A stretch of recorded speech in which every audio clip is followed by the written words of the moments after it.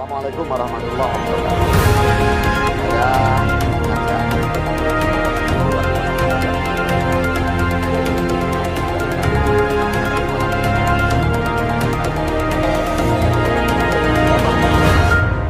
ajak untuk menyaksikan informasi mengenai Kementerian Desa terkait dengan perkembangan desa, terkait dengan dinamika yang ada di desa melalui sebagai pembukaan ini. TV desa ini Nanti kalau salah satu untuk memberikan kajian terkait dengan flashdisknya kita bisa sampai saya kegiatan kita di desa. Oleh karena itu saya akan sangat bermanfaat membuat 3 folder ini dan 1 sekali lagi saya ngajak kepada kita semua secara umumnya. terus mengikuti Jadi dan menonton nanti ada TV Desa folder Pekan Jati Indonesia.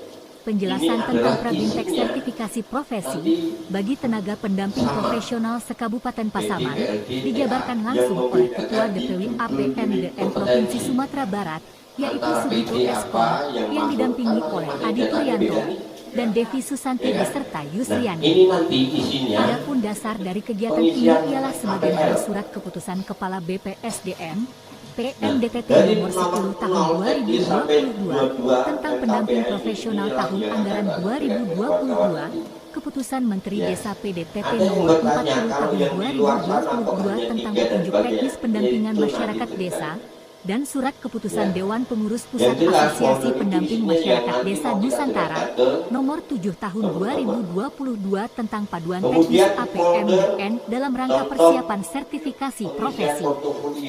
Kegiatan tersebut diikuti oleh 43 orang tenaga pendamping profesional sekabupaten Pasaman. Dengan rincian, 6 orang tenaga ahli yang berkedudukan di kabupaten, 20 orang pendamping desa yang berkantor di kecamatan, dan sebanyak 17 orang pendamping lokal desa yang bertugas di Nagari. Kegiatan tersebut dilakukan di Wisma Andriani, Nagari Tanjung Beringin, Kecamatan Lubuk Sikaping, Provinsi Sumatera Barat. Dikarenakan kantor tenaga pendamping profesional Kabupaten Pasaman dinilai kurang representatif untuk kegiatan selevel Prabintek sertifikasi profesi ini, maka Kasmadi selaku koordinator tenaga pendamping profesional dan juga sekaligus ketua DPC APMDN Kabupaten Pasaman memutuskan bahwa kegiatan Prabintek akan diadakan di Wisma Andriani. Tentunya itu diambil setelah melalui musyawarah mufakat bersama seluruh tenaga pendamping profesional sekabupaten Pasaman. Selanjutnya, kegiatan Prabintek sertifikasi profesi bagi pendamping profesional berlangsung pada hari Kamis 27 Oktober tahun 2022 lalu. Nah, sejauh ini pasti teman-teman pendamping sudah kebelet ya, mau tahu rahasia pengisian APL 1 dan APL 2 serta pengisian portofolio ala Sugito Eskom. Yuk langsung saja kita simak penjelasannya dari awal hingga akhir, agar tidak gagal paham. Karena dalam penjabarannya Sugito Eskom tidak melulu membahas mengenai Prabintek sertifikasi profesi, melainkan juga ada kisi-kisi seputar biaya yang akan ditimbulkan untuk sertifikasi, khususnya bagi PLD. Selanjutnya, ada juga jadwal pelatihan atau penyegaran bagi tenaga pendamping profesional, pembuatan podcast oleh PLD terkait dengan pengentasan kemiskinan di desa, dan tak terkecuali berita seputar perpanjangan kontrak kerja di tahun 2023 mendatang. Pokoknya simak dia sampai selesai, namun sebelumnya, jangan lupa untuk like, subscribe, dan hidupkan tanda loncengnya. Selamat beraudio visual. Dan lampiran pendukung portofolio. Ini nanti akan kita bedakan. Nah, ini adalah lampiran bukti portofolio nanti. Contohnya, di situ ada folder bahan materi kebijakan atau regulasi. Ada juga folder ringkasan inventarisasi kebijakan. Ada folder foto dokumentasi. Ada laporan surat-surat tugas kita. Nah, folder ini kembali lagi ini adalah sesuai punya saya. Nanti punyanya Bapak Ibu akan beda. Tetapi kalau yang punya saya ini bermanfaat, pakailah. Kalau kurang, tambahlah. Maksudnya adalah saya nggak dapat des, ya kan? Kalau di level sana kan ada pergub, perdes, dan sebagainya. Ini saya contohkan di bahan materi di folder kebijakan. Di dalamnya kebijakan yang terkait desa. Kalau nanti judulnya yang ada di unit kompetensi kita adalah mengawal kebijakan. Kebijakan ini sudah saya rangkum banyak sekali. Dari undang-undang desa sampai undang-undang cipta kerja. PP 11 dan sebagainya. Ada Kepmen, ada macam-macam di situ. Kembali lagi ini adalah ranah saya karena saya orang provinsi, makro saya. Tambahkan nanti kalau ada peraturan-peraturan di level kecamatan, ke desa, di kabupaten dan sebagainya. Dan ini pun bisa juga Bapak Ibu manfaatkan di lampiran portofolio nanti. Oke. Yang kedua, folder bahan ringkasan. Ini adalah pintar-pintarnya kita.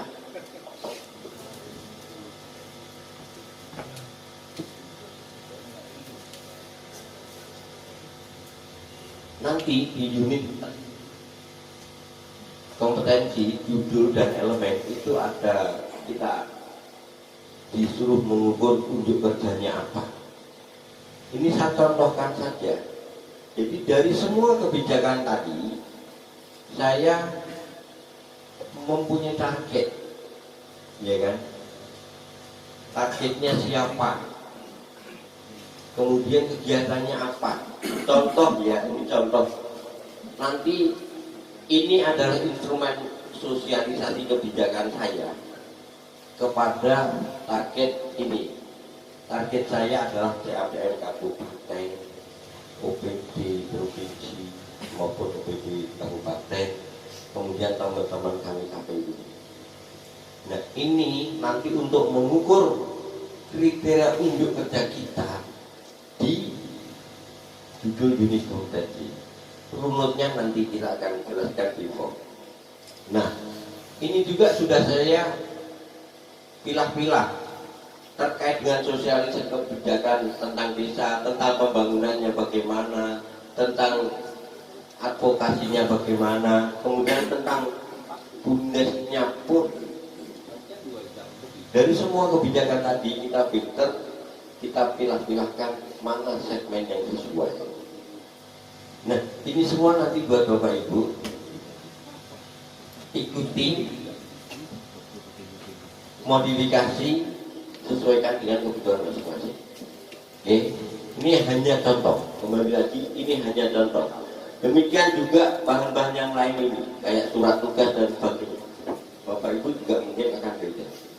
Di folder ini surat tugas saya punya, sudah saya kumpulkan ya, punya saya tadi. Nanti punya Bapak Ibu akan monggo silakan. Dari surat tugas, undangan, memo dan sebagainya. Ini saya contohkan misalkan undangan-undangan surat tugas banyak sekali. Manfaatkan nanti sesuai judulnya. Kalau judulnya memang ke bumdes, surat-surat yang undangan yang ada hubungannya dengan bumdes, Anda terdapat di situ, bisa digunakan lamping yang lain, ya kan? Kemudian SK, SPT dan sebagainya, ini juga sudah aku kumpulkan. Bapak Ibu juga bisa manfaatkan. Kadang-kadang saya mau tanya, kontrak kita yang tahun lalu aja, kadang-kadang udah bingung naruhnya di mana, atau soft copy-nya di mana nih. Udah bingung karena ganti HP ya, atau error ya, dan sebagainya. Nah, semua ini saya susun dengan susah payah sebenarnya dari kemarin-kemarin itu, tapi berhasil saya kumpulkan kayak gini. Manfaatkan nanti. Itu pun jika bermanfaat, kalau tidak juga apa-apa. Itu ya. Jadi gunakan. Kayak SK, SPT semuanya ini. SK 10 juga itu teman-teman pasti ada namanya semua di situ. Demikian juga surat-surat yang lain. Ini semuanya adalah pendukung portofolio nanti. Oleh karena itu termasuk folder-folder foto, laporan dan sebagainya. Ini contoh di nomor 5 ini folder laporan data progres. Nah ini karena kita akan mengukur kriteria unjuk kerja, ini saya contohkan data progres saya. Saya di provinsi itu memotret progres. Contoh di sampai hari itu sudah salur berapa persen ya dari 867 miliar ini. Itu contohnya, ini file saya. Kemudian BUMDes sampai hari ini sampai di mana ya ceritanya? Saya bisa ukur presentasinya. BLT sampai hari ini sudah di mana ya? Ini adalah nanti untuk hal-hal yang laporan data progres. Kalau kita diminta nanti waktu pendataan sampai ke laporannya, contoh laporannya ini. Nah ini hanya model. Kembali lagi ini hanya model. Ikuti model-model kayak gini sesuai kebutuhan masing-masing nanti. Gitu aja. Tapi kalau mau memakai ini ya silakan. Ini karena basisnya desa, bisa ke kecamatan, bisa ke kabupaten, ke provinsi. Ini per desa pun keluar ini BLT-nya. Tapi per tanggal berapa? Karena nggak update per hari ini. Ini hanya contoh kemarin. Artinya ini membuat gambaran teman-teman, oh cara nyusunnya mengikuti alur ini kan gitu. Nah semua itu nanti bekal dalam rangka menyusun portofolio. Ada yang bingung nggak?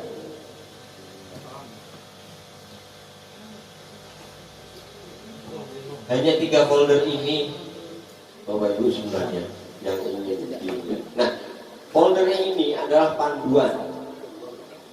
Panduan ini memberikan wacana umum ke Bapak Ibu nanti sebelum ke isian APL dan portofolio. Ini akan menjelaskan bahwa di dalam BIMTEK yang sebenarnya nanti, ini kan pra BIMTEK nih, di BIMTEK yang sebenarnya nanti oleh LSP yang dimana sudah ditentukan ya kerangka semuanya, kelas itu harus maksimum 30 orang, asesor 1, master asesor 2, itu sudah ditentukan. Dan suasana kelas itu juga sudah didesain, nggak akan ada asesi atau peserta BIMTEK itu yang tertekan. Pokoknya semuanya ini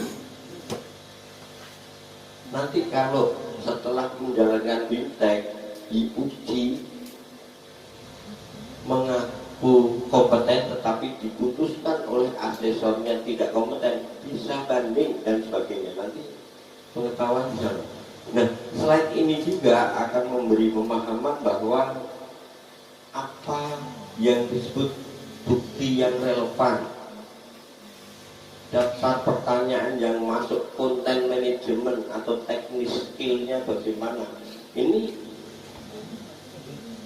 slide ini. Nah, oleh karena itu ini akan kita kopikan semuanya ke Bapak Ibu. Tetapi nanti setelah BIMTEK selesai, mulai menyusun portofolio masing-masing sebagai panduan. Oleh karena itu saya berharap setelah BIMTEK ini selesai, kita satu persepsi yang sama menyusun portofolionya.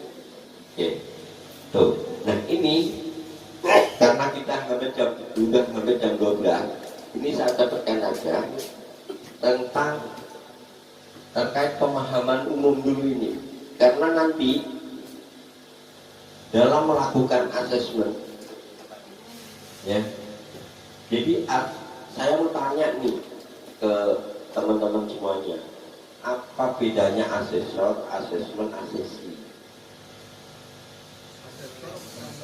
Ya.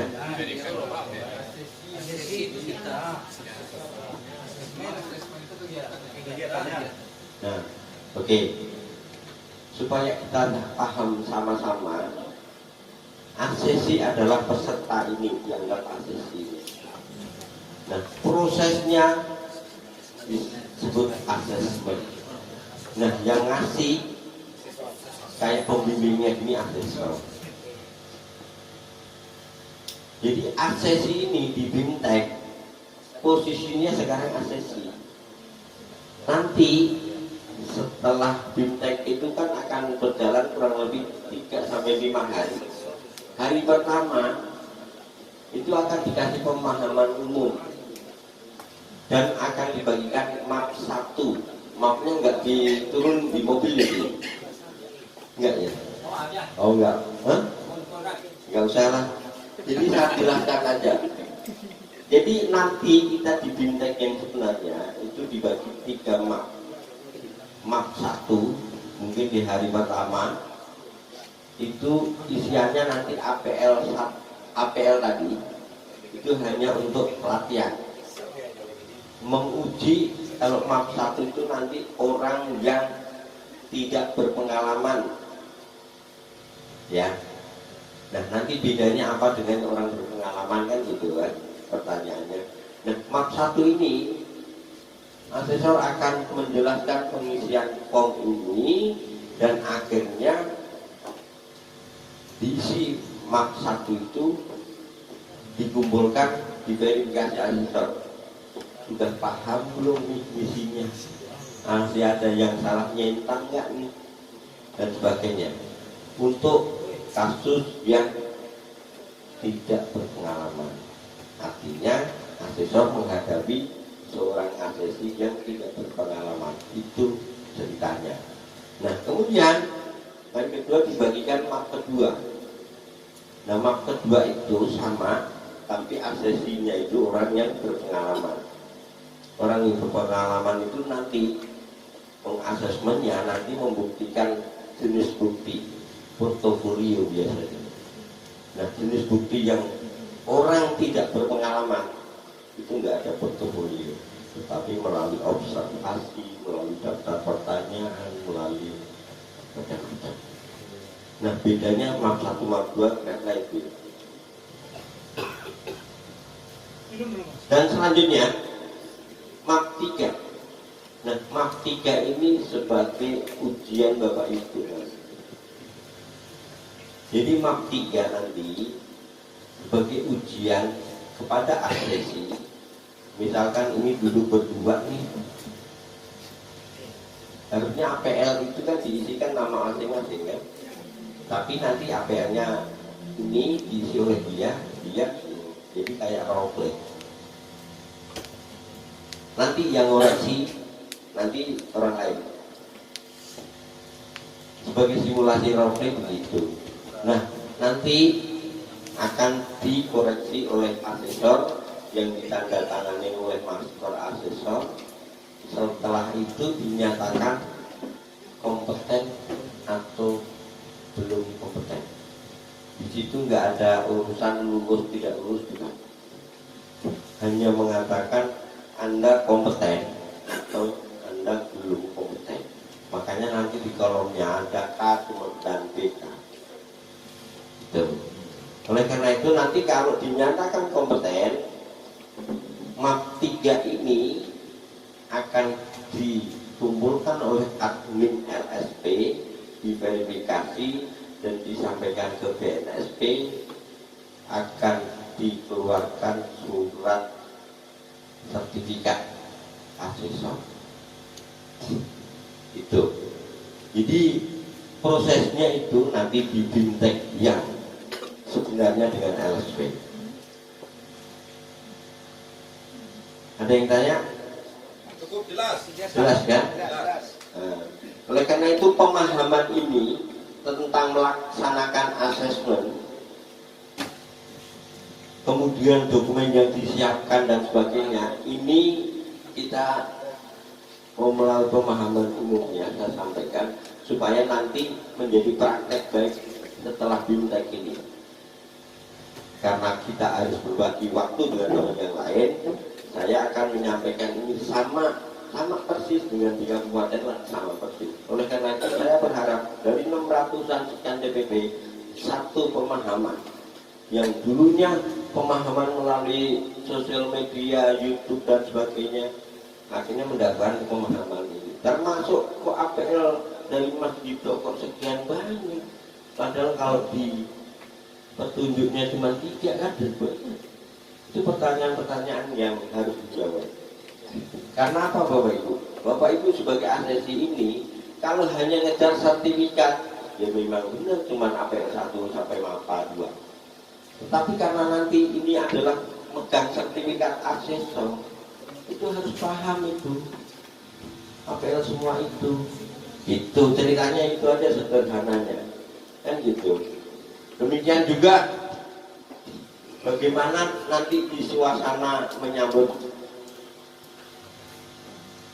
teman-teman peserta ASESI. Oleh karena itu tadi saya bilang semua peserta ini tidak ada yang boleh tertekan, stres dan sebagainya. Semua happy. Karena kan simulasinya seolah-olah ASESI itu kan memang orang yang punya keinginan, akui saya sebagai orang yang kompeten, aku punya keahlian sehingga keahlianku tolong diakui, kan gitu. Gambarannya kan gambaran kasarnya itu. Nah, oleh karena itu asesor itu bagaimana melakukan proses sampai itu diakui bahwa Anda layak dapat bintang tuh, kan gitu kan? Hanya itu. Oleh karena itu suasana dan proses itu semuanya harus nyaman. Nggak boleh sebanyak ini juga nggak boleh. Maksimum 30. Bahkan kemarin kalau nggak salah per kelas saya hanya 24 orang. Nah karena ini banyak TPP, akhirnya agak ditambahkan dikit jadi 30 per kelas. Demikian juga yang lain-lain. Bagaimana konsultasi atau pra-asesmen itu memahamkan APL 01, MAPA 01 dan sebagainya, tolong nanti dibaca-baca. Intinya adalah semua ini, pemahaman ini nanti akan terjadi di BIMTEK dengan LSP. Bapak Ibu nggak usah khawatir, nggak usah punya rasa saya tidak kompeten. Saya yakin Bapak Ibu akan kompeten semua. Tepuk tangan.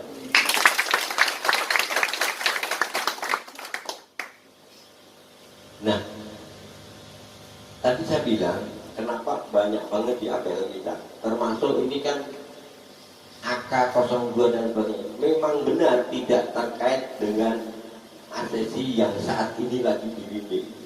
Tetapi pada saatnya nanti, kalau Anda sudah pegang sertifikat asesor akan berfungsi. Karena bagaimana rujukan dalam mengambil keputusan asesmen, rujukan di form ini dan sebagainya. Nah yang penting akan saya tunjukkan adalah dari beberapa formulir dan contoh ini nanti akan kita lanjutkan pengisiannya APL itu di pengisian APL. Yang ingin saya sampaikan ke kawan-kawan adalah terkait dengan jenis bukti. Karena ini kebanyakan masih bingung memahaminya. Nah, di sini proses asesmen ini kan hanya dari pendaftaran, asesmen dan acuannya di sana. Jadi berkas pemohonan mengacu ke skema dan unit kompetensinya APL 1, APL 2. Tetapi di sini ada MAPA dan perangkat lainnya. Nah, dalam rangka membuktikan ini, Bapak Ibu harus paham terkait ini.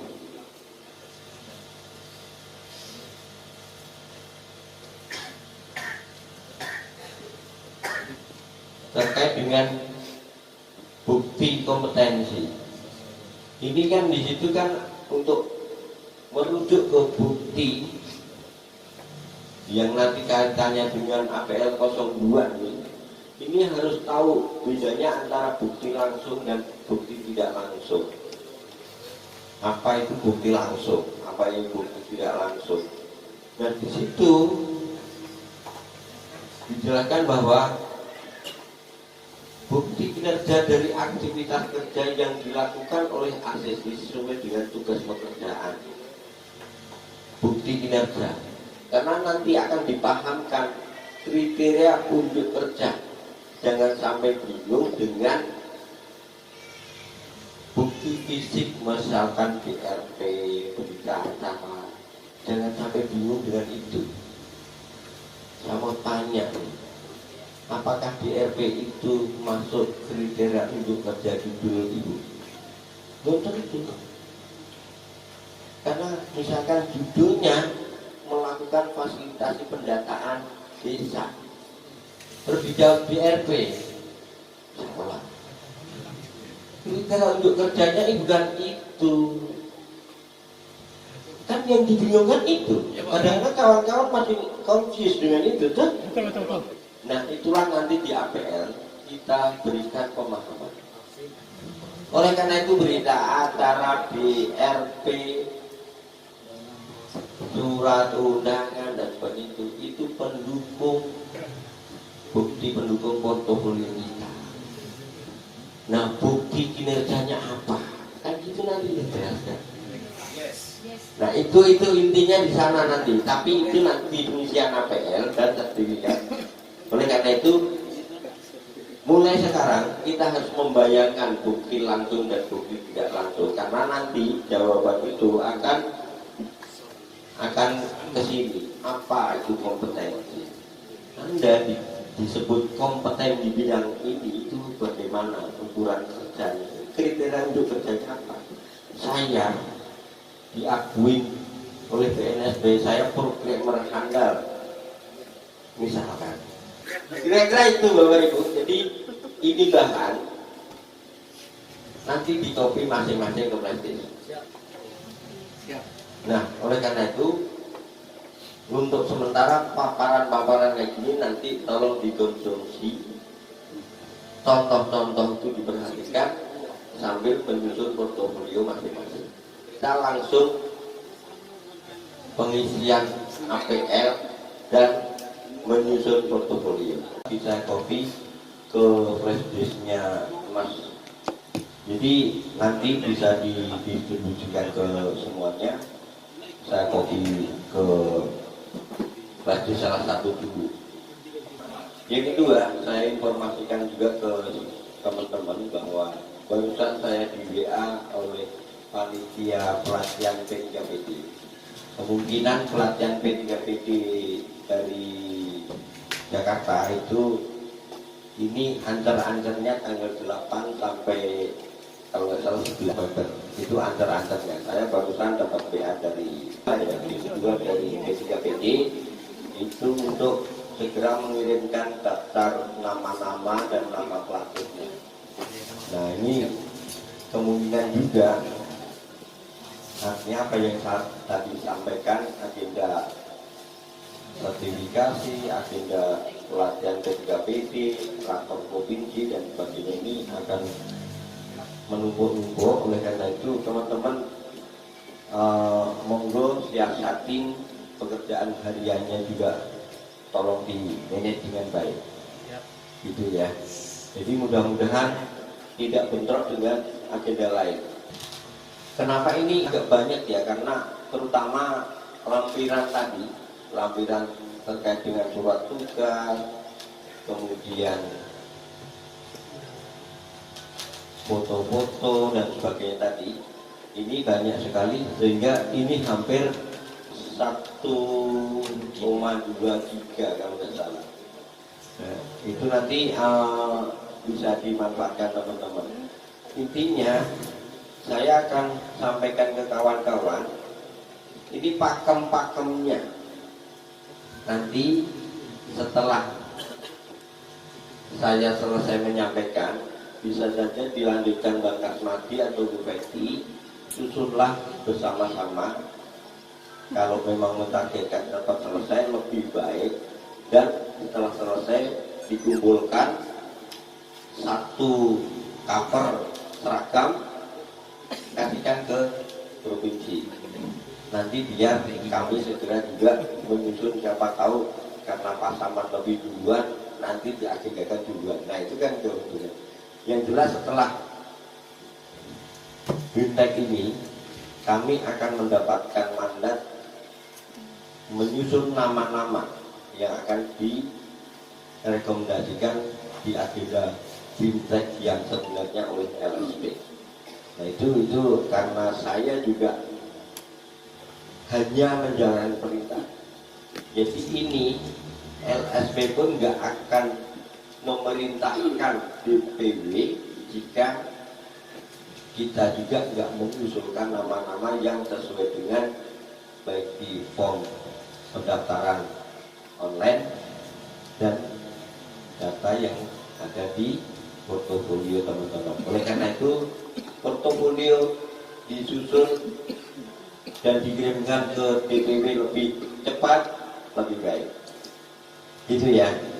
Oke, ini folder ini akan saya ganti. Jadi folder yang di copy tadi ini adalah folder BIMTEK sertifikasi APMDN ya, yang isinya sama persis tadi yang apa yang saya sampaikan. Kopilah ke masing-masing DPP. Oke, saya masuk ke folder pengisian APL. Jadi saya contohkan pengisian ke folder APL-nya PLD ya. Nah, APL dari 0 sampai 22 ini akan saya jelaskan kepada teman-teman. Ini clue-cluenya saja, artinya kunci-kuncinya saja. Nanti simulasinya lengkap itu sama Bu Medi dan Pak Kasmati. Jadi mulai dari checklist dokumen ini adalah isinya nanti cover dan daftar isi. Kalau dibilang ya, kalau di buku-buku penelitian ini daftar isi. Karena tadi saya sampaikan bahwa nanti di BIMTEK yang sebenarnya Bapak Ibu dikasih map tadi, map 1, map 2. Nah, map 1 nanti dicetak di tugas 1 misalnya. Nah, isinya, formnya yang dicetak nanti kalau berhadapan dengan asesi yang pengalaman, contohnya ini centangnya. Nah, nanti kalau asesi yang non pengalaman berbeda isi centangnya. Ini kan sebagian sudah saya centang nih. Tapi nanti di saat BIMTEK yang sebenarnya itu masih kosong semua. Artinya centang yang ada ini adalah contekan Bapak Ibu waktu saya mengikuti acara itu. Ya. Jadi centang ini nanti di BIMTEK yang sebenarnya dengan LD itu nggak ada centang kayak gini. Nah ini saya bikinkan contekan. Ini saya kalau dosa masal. Ya kan? Jadi conteng-conteng ini nanti sambil jalan tandai. Oh ternyata yang diingat di conteng ini. Karena ini akan berkesinambungan ke isian APL yang lainnya. Nah APL dari nomor 1 sampai nomor 24 inilah yang akan dijelaskan di hari 1-2 waktu BIMTEK yang sebenarnya nanti. Oleh karena itu form ini berfungsi sebagai apa? Di situ kan ada judulnya. Kode misalkan APL 01 ini adalah permohonan sertifikasi. 02 adalah asesmen mandiri dan sebagainya. Nah, inilah yang akan kita terangkan di slide berikutnya. Saya langsung ke APL 01. Nah, APL 01 di bagian 1 itu adalah data pemohon sertifikasi. Dalam hal ini asesi tersebut diisi masing-masing. Kecuali nanti waktu role play itu nanti bersebelahan begini, seolah-olah yang akan menilai sebelahnya kan gitu. Nah, pengisian yang dari bagian 1 ini data pribadi, data pekerjaan, itu standar semua. Di bagian 2 centangnya, karena kita akan menuju sertifikasi, yang kita centang teramal sertifikasi. Lain kasus kalau nanti tidak kompeten dan akan melakukan sertifikasi ulang, itu akan centangnya ke sertifikasi ulang. Dan jangan salah, di sini skemanya, di situ kan ada KKNI okupasi klaster. Semua pemahaman itu sebenarnya ada di KPN 201, ya. Tetapi sebagai gambaran yang kita ambil klaster atau okupasi atau SKKNI ini, okupasi ini karena kita masuk di kelompok SKKNI tenaga pendamping profesional. Oleh karena itu okupasi ini karena kita laksanakan dengan BIMTEK dulu dan kelasnya terbatas. Nah, di sini dijelaskan di bawah.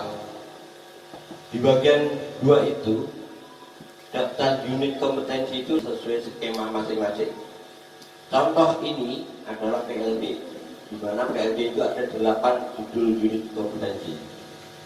Nah, kolom terakhir, kolom 4, ini adalah kolom yang diisi jenis standar SKKNI, yaitu Kemenaker 201 tentang penetapan SKKNI kategori aktivitas jasa profesional ilmiah dan teknis lainnya, jasa jabatan tenaga pendamping profesional.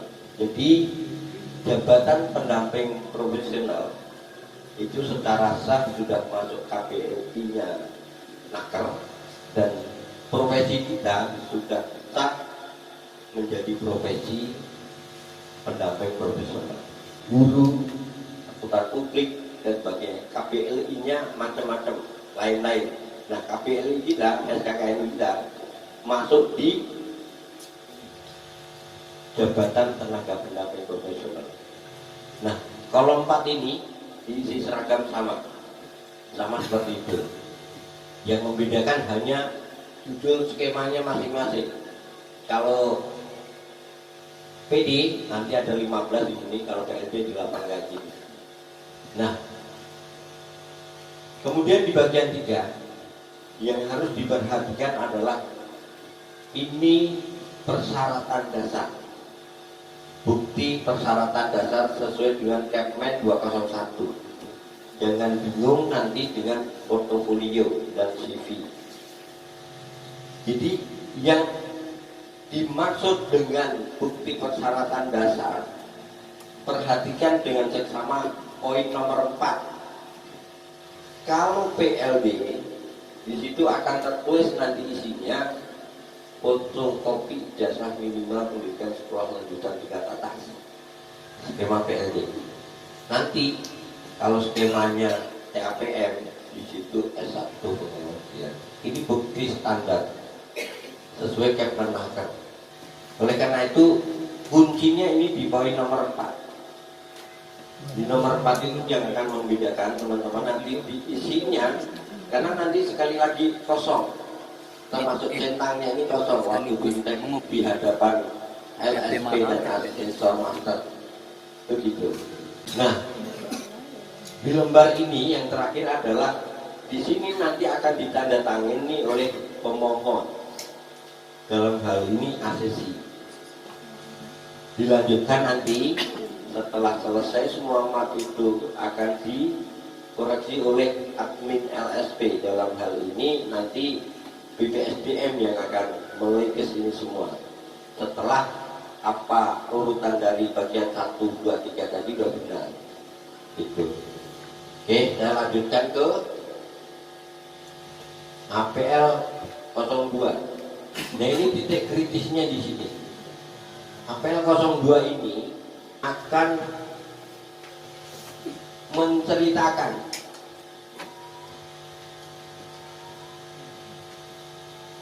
judul dan elemen. Jadi kalau Bapak Ibu memperhatikan skema masing-masing, dari judul dan elemen, semua judul unit, kode unit itu kan berbeda-beda, elemennya juga berbeda-beda. Ada judul unit yang cuma ada 2 elemen, ada yang 3 elemen, ada yang 4 elemen, dan masing-masing elemen itu punya sub elemen yang berbeda sesuai dengan judul. Oleh karena itu ini akan saya contohkan logika mengisi sesuai judul dan elemen, dan nanti saya tuliskan merah ini ya, ini akan memahamkan Bapak Ibu dalam rangka menghubungkan antara judul dan elemen. Saya contohkan misalkan di sini dengan kode unit 001.2 ini, judulnya adalah melakukan fasilitasi pendataan desa. Judul. Elemen 1 mengatakan melakukan identifikasi kebutuhan data. Artinya elemen 1 itu kita mengidentifikasi kebutuhan. Kemudian di situ di elemen itu ada kriteria unjuk kerja. Artinya dari identifikasi tersebut unjuk kerjanya apa? Disebutkan 1.1 kebutuhan pendataan desa diidentifikasi sesuai peraturan. Nomor 2-nya rencana kerja pendataan disusun sesuai peraturan. Oleh karena itu dalam rangka melakukan identifikasi kebutuhan data, bukti apa yang relevan kita untuk mengidentifikasi ini? Saya contohkan merah ini adalah dari kami ini ya, bisa nanti berubah-ubah sesuai kebutuhan teman-teman ya. Saya contohkan melakukan identifikasi kebutuhan data. Bukti relevan adalah aplikasi. Apakah aplikasi IDM, SDGs, Siskedes, macam-macam. Artinya mengidentifikasi untuk kebutuhan ini itu apa wadahnya sebagai ukuran unjuk kerjanya. Ya, masuk akal? Nah, aplikasi ini nanti di kolom berikutnya sesuai elemennya nanti bisa kita inikan. Karena di bawahnya nanti elemen keduanya adalah melakukan fasilitasi pendataan.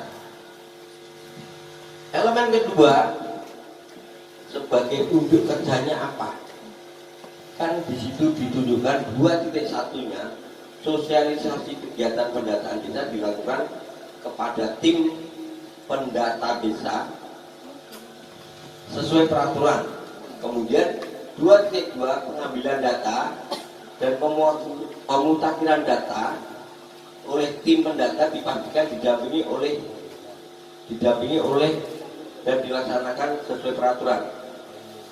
2.3 data desa diverifikasi sesuai peraturan. 24 data desa divalidasi sesuai peraturan. Nah, dari kriteria unjuk kerja ini, kemudian dari identifikasi kita tadi data, kita punya form, ya kan? Form kuesioner itu kriteria di elemen 2 ini. Apakah form keluarga, form desa, kalau aplikasinya SDGs. Lain lagi nanti aplikasi misalkan IDM, atau aplikasi DRP, atau aplikasi Monef, dan sebagainya. Nah, tulisan merah ini saya cuma mau ngasih guidance-nya, kira-kira unjuk kerja terkait dengan elemen ini merah itu bisa dikembangkan nanti sesuai kebutuhan masing-masing. Oke? Bukti yang relevannya itu apakah ke masing-masing KUK atau ke masing-masing elemen? Misalnya kan melakukan identifikasi kebutuhan data, KUK-nya kan ada 2 di situ. Masing-masing KUK-nya itu apakah harus ada bukti atau dalam satu elemen saja? Elemen. Dan jangan lupa Sub-elemen ini hanya kerangka kita berpikir mengarah yang lebih spesifik, ya kan? Jadi yang jadi pedoman adalah elemen ini. Kedua, jangan confuse dengan bukti yang di portofolio yang saya sampaikan tadi.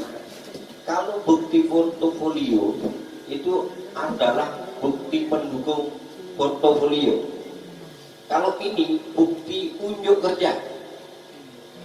Kolom 4 ini adalah bukti unjuk kerja sesuai elemen, sesuai judul.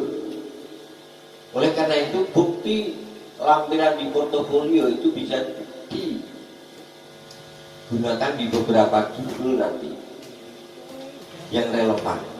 Tetapi kalau yang ini pasti sesuai judulnya karena unjuk kerjanya ini. Ya, karena nanti terjadinya adalah yang kolom 3, kolom 2, 3, 4 ini akan kosong. Asesor akan mencentangkan jika bukti relevan ini nyambung dengan elemen. Kalau tidak, Anda dipingpong. Paham? Bolak-balik. Ya kalau ketemu asesor baik hatinya saja. Kalau enggak, nyambung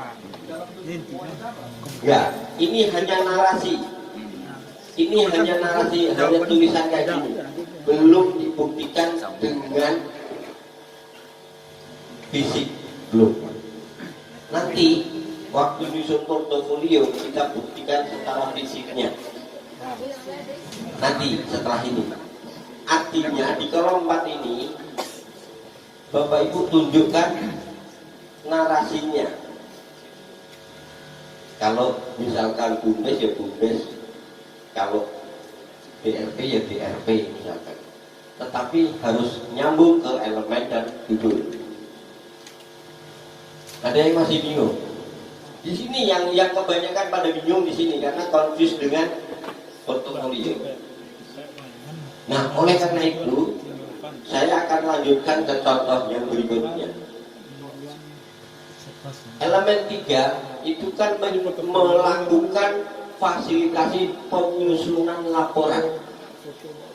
Yang menjadi garis bawah adalah penyusunan laporan, ya kan? Apa yang tadi kita identifikasi, apa yang sudah kita masukkan ke elemen 2 tadi, akhirnya masuk. Artinya penyusunan laporan saya masukkan tulisan merah modul paparan.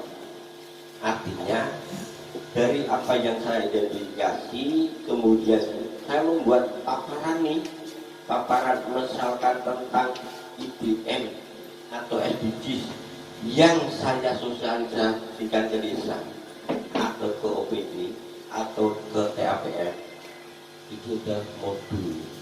Oleh karena itu unjuk kerjanya adalah laporan hasil pendataan. Contoh form-form yang sudah diisi tadi, akhirnya saya kumpulkan karena form ini adalah satu kecamatan, ada sekian desa. Saya bikin summary-nya nih, jadilah modul paparan saya. Aku bisa ngomong di Pasaman bahwa kecamatan A ini datanya ini loh. Inilah modul yang saya paparkan ke teman-teman atau ke Pak Camat atau ke Pak Wali. Oke? Nyambung ya? Di elemen 3 ini, sebelum lanjut Mas, ini silakan Mas Doni. halaman sebelumnya Mas. Halaman sebelumnya. Ini penasarannya sebenarnya. Ini. Oh, di atas lagi Mas. Nih. Kan di atas itu kan ada judul pendamping lokal desa PLD kan. Habis itu kan ada nomor kan Mas ya. Apakah itu nomornya udah standar atau per persen nantinya? Nomor itu. Ya. Judul dan nomor sudah Standar. ketentuan Oke. skema. Jadi semua teman-teman punya skema masing-masing, nggak bisa diganggu-gugat itu. Berarti bukan per persen nanti. Ya. Jadi ini sudah fix oleh skema BNSP. Udah baku ya. Lihatlah nanti di skema masing-masing. Itu pasti ada judul, ada nomornya. Oke. Kemudian judul, nomor, dan kode unit ini. Kode unit ini juga sudah baku ya. Jadi M.74 TPP01.001.2 itu pasti judulnya ini. Yang membedakan nanti di sini 001.2. Nah, titik 2 ini sebenarnya oleh BNSP itu sudah melakukan revisi 2 kali. Ceritanya gitu. Nah, nanti di sini ada titik 022, berarti itu judulnya nanti saya sendiri nggak hafal. Judul nomor 2 itu. Gitu. Jadi itu baku. Mana dulu? Kirain nanti peserta nomor 1 jadi 100 nomornya. Ya, ya. Ini sudah fix, sudah sesuai dengan skema masing-masing. Kalau nggak yakin nanti tolonglah di lampiran Kemenaker 201, di situ skema PD apa, skema PNJ apa, bahkan dari 1 sampai 22, karena itu sudah skema kita semuanya, makanya kebagian saya 10, Andodi 14, PLD 8, PD 15 itu sudah dibagi-bagi. Itulah yang waktu kita LSP dalam hal ini BPSDM pusing waktu itu berhadapan dengan BNSP karena bagaimana membagi modul-modul ini, terus menentukan kriteria, belum lagi syarat-syarat administrasi yang harus dihadapi jika kita melakukan ini. Dan harusnya ini kan yang melakukan ini semua kan Kemenaker, dalam hal ini BNSP. Tetapi karena juga keterbatasan tangannya BNSP, akhirnya kita berusaha dengan susah payah melahirkan LSP2 ini. Nah, LSP2 ini dalam hal ini adalah BPSDM. LSP3 nanti kami ini pihak ketiga, dalam hal ini asosiasi sampah pun bisa melakukan itu selagi memenuhi ketentuan. Artinya ketentuan itu secara struktur memenuhi, secara hukum memenuhi, asesor mencukupi dan sebagainya. Kalau teman-teman mendapatkan cerita asosiasi yang lain belum bisa melakukan ini, ya internalnya sendiri belum memenuhi ketentuan, kira-kira itu. Oleh karena itu teman-teman nanti jangan kaget kalau ketemu LSP2, LSP3 itu. LSP2 itu adalah BPSDM yang mendapatkan mandat dari BNSP. Nah, kami LSP3 nanti juga ada mandat dari LSP2, dalam hal ini BPSDM Kemendesan. Nanti LSP2 bisa juga memerintahkan atau memandatkan entah itu asosiasi A atau asosiasi B, C, D, E, F, bisa, sama saja selama sesuai dengan kaidahnya, aturannya, memenuhi syarat atau belum atau tidak. Ini layak. Ya sama, saya mendirikan perusahaan dulu, terdaftar itu kan saya pasti ke Kemenkum, TPP, SIUP, akte dan sebagainya itu kan sudah settle, termasuk keuangannya dan sebagainya. Syarat untuk daftar perusahaan ke Kemenkumham itu begini dan sebagainya. Sama, lembaga asosiasi itu sesuai syarat dan ketentuannya untuk melakukan itu ada syarat dan kondisinya. Nah, kami berdiri di sini atas nama DPW itu karena sudah dimandatkan dan secara administratif maupun legalnya ini sudah sah, ada SK-nya dan lain-lain, sehingga kami bisa melakukan kegiatan ini. Intinya di APL 02 ini yang menjadi konsen kita adalah tulisan merah dan elemen, karena kita akan melakukan unjuk kerja Artinya sebagai ukuran kinerja kita itu diukur dari elemen ini. Itu kuncinya di situ. Oleh karena itu di elemen ketiga ini, modul paparan, hasil kuesioner dan sebagainya, ini sebagai unjuk kerja sesuai elemen ini, Bapak Ibu. Ya kan? Dulu saya kuesioner 100, ternyata terkumpul 80, ya itu unjuk kerjanya, ya kan? Bisa ditulis satu di situ. Nah, untuk menambahkan cerita lain, saya akan ke contoh kedua. Ini judul yang kedua. Perhatikan, judulnya adalah melakukan fasilitasi pemanfaatan dana desa dengan kode unit dipastikan titik 002.2. Ya, dari judul ini yang harus kita garis bawahi pemanfaatan data desa. Elemen 1 mengatakan melakukan fasilitasi pemanfaatan data dalam dokumen perencanaan. Jadi kriteria unjuk kerja kita terpaku di elemen 1, masuk dokumen perencanaan. Ya, data-data apa tadi yang sudah ada di kita masuk di dokumen perencanaan. Nah, dikatakan di elemen 1 ini sub elemennya atau sebagai kriteria unjuk kerjanya adalah kebutuhan data untuk perencanaan desa, diidentifikasi sesuai peraturan.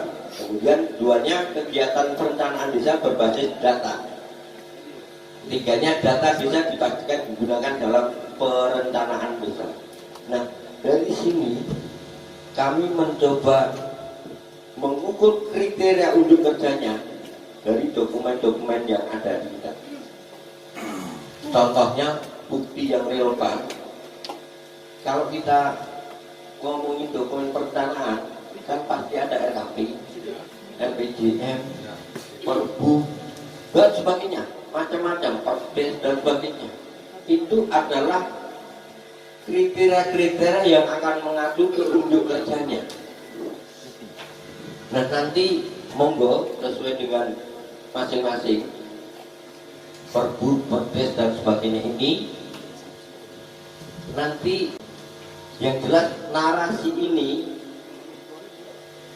ukuran kita nanti membuktikan elemen 1 ini. Ya. Kedua, di elemen keduanya. Elemen kedua itu mengatakan melakukan fasilitasi pemanfaatan data desa dalam dokumen anggaran desa. Nah, ini agak sudah masuk nih dari dokumen yang kita tadi ada, dokumen perencanaan tadi. Di situ mengatakan anggaran, dokumen anggaran. Kita tahu bahwa anggaran desa itu adanya di aplikasi APBD, Diskedes, APBD dan sebagainya. Nah, dipastikan data yang menjadi sumber tadi masuk enggak nanti di APB-nya. Itulah kinerjanya. Teman-teman intervensi di Musbis dan sebagainya, itu nanti masuk enggak di, artinya data-data yang tadi, entah data SDG, IBM, apapun yang kita identifikasi di awal, masuk enggak di elemen itu, ukurannya itu. Kalau APBD itu ternyata masuk kegiatan ini, kinerja Bapak Ibu kompeten masuk di elemen ini. Sebenarnya artinya UK1 dan UK2 itu saling berkaitan berarti? Ya, pasti. Jadi judul UK1, UK2 itu pasti berkaitan.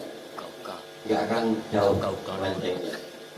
Kenapa tadi mengidentifikasi, kemudian ke dokumen ini, dan nanti hasilnya. Dua contoh ini, karena judul kedua itu cuman hanya ada 2 elemen ini, ya. Contoh 2 ini, judul yang kedua bagi PLB itu hanya ada 2 elemen dari judul ini, ya. Yang lain lagi Saya contohkan yang terakhir aja. Judul yang nih. Judul yang nomor 22 nih. Kode unit MP74 TPP 01.022 yaitu menyusun laporan hasil kerja. Menyusun laporan hasil kerja. Ya, di situ hanya 2 elemen juga. Elemen pertama adalah menyiapkan bahan laporan hasil kerja dengan kriteria unjuk kerjanya. Bahan untuk laporan hasil kerja dikumpulkan sesuai peraturan, kemudian bahan laporan dikompilasi sesuai format laporan manual atau digital. Mengacu ke elemen 1 bahwa menyiapkan bahan laporan hasil. Jadi di situ data-data modul, data modul saya ya. Jadi hasil saya entah mensosialisasi kebijakan, entah mendata, entah apapun itu. Saya membuat laporan entah Excel, entah PDF, entah PPT sebagai bahan sosialisasi saya kumpulkan. Di situ baru ngomong menyiapkan bahan laporan. Ya, jadi modul-modul laporan yang mau kita siapkan dalam rangka memotret itu adalah kinerjanya di elemen 1. Kemudian ke elemen 2 yang membuat laporan. Nah, ini baru membuat laporan. Bapak Ibu mungkin dulu di pembedaan laporan bulanan kan jadi banyak. Yang laporan bulanan seperti itu bisa saja masuk ke elemen 2. Lebih spesifiknya monggo sesuai dengan inovasi masing-masing. Jadi kalau nanti terkait stunting juga bisa, IDM bisa, Sapras bisa, semuanya bisa. Intinya adalah hasil laporan. Nanti di portofolio kita kan minimal 2 jenis bukti, ya kan? Teman-teman punya hasil laporan dari desa 1, 2, 3 bisa, semua bisa dimasukkan. Tapi minimal 2. Artinya desa 1, desa 2, desa 3 kalau toh sama bisa. Data Sapras ada, data Sapras ada. Pertanyaan pertama, satu UK, satu unit kompetisi misalnya menyusun laporan hasil kerja pendampingan. Masing-masing elemen 1 dan elemen 2 apakah boleh berbeda tahunnya, berbeda lokasinya? Contoh ke laporan yang TA saja. Jawaban sederhananya boleh. Oh, boleh. Yang kedua, pertanyaan kedua, berarti untuk bukti yang relevan minimal 2 ya. Kemarin soalnya ditanya teman-teman pendamping, apakah semua ini harus ada? Berarti minimal 2. Terima kasih. Ya, oke. Jangan lupa teman-teman saya garis bawahi. Di sini yang menjadi perhatian adalah UK, unjuk kerja. KUK ini mengacu ke elemen ini, narasi itu boleh 500, boleh 10, boleh 20, boleh 5, minimal 2 katanya gitu. Kalau nggak mau repot, ya banyakin aja kalau mau repot. Karena di sini ini akan nanti jadi kita debat dengan asesor. Untuk mendapatkan centang di sini Anda harus berdebat setengah hari pun nggak apa-apa, oleh asesor akan kejar. Paham? Paham. Nah.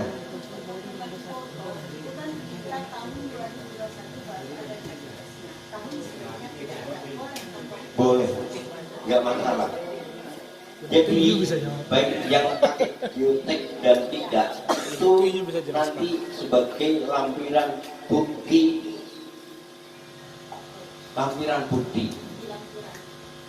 bukan KUK-nya. Ya, jadi KUK ini teknisnya kan saya tadi menyampaikan bahwa kerangka menilai unjuk kerja itu harus, coba sekarang saya mau tanya, foto bisa dinilai dari mana? Hanya lokasi dan ininya kan, tidak menggambarkan itu. Oleh karena itu foto, surat undangan, SK itu hanya bukti lampiran portofolio. Oleh karena itu nanti saya akan tunjukkan di portofolio. Bukan bukti langsung. Bukan. Oleh karena itu ini saya tuliskan merah ini adalah mengacu ke elemen. Silahkan dikembangkan inovasinya masing-masing karena beda. Saya, Bang Dodi, Bu Feti akan beda. Beda. Ya, karena mereka misalkan fokus ke IBM stunting, di sini pun, dan ini narasi loh ya, jangan ke fisiknya dulu. Tapi narasi yang menggambarkan elemen ini nanti akan dikonfrontir oleh sesor. Anda bertanggung jawab di tulisan merah ini. Kalau tidak bertanggung jawab akan dicetak BK, balik dulu ke rumah. Gitu, ya. Nah inilah kuncinya di APL 02. Ada yang masih bingung? Apabila nanti dalam narasi kita bisa memberikan bukti relevan seperti ini, lebih dari itu, apakah semua yang kita bilang dalam portofolio? Belum tentu. Makanya nanti kalau bukti portofolio, saya contohkan sudah masuk ke pembicaraan portofolio, itu kan bisa dilampirkan di sana 2, 3, 4 dan sebagainya. Ini mau aku jujur, kalau di portofolio saya mau saya lampirkan semuanya kerjaan saya, mau seberapa besar? Kita apakah sudah dibatasi bandwidthnya, kuotanya? Atau memang kalau mau di print menyediakan kertas berapa Bapak? 7 lemari belum tentu cukup itu, ya kan? Terutama saya banyak sekali. Oleh karena itu secukupnya nanti kalau kita menganggap itu lampiran kita cukup memudahkan kita, jangan diampahkan semuanya membuat rempong kita. Garam secukupnya. Ya, gitu. Oke, sini jelas ya. Yang jelas tulisan merah ini menjadi konsen kita dalam rangka mengukur kinerja. Di bahasa ini adalah kriteria unjuk kerja. Jadi begini Mas, ketika nanti kita kan diajak bicara oleh investor, kan DPR parlemen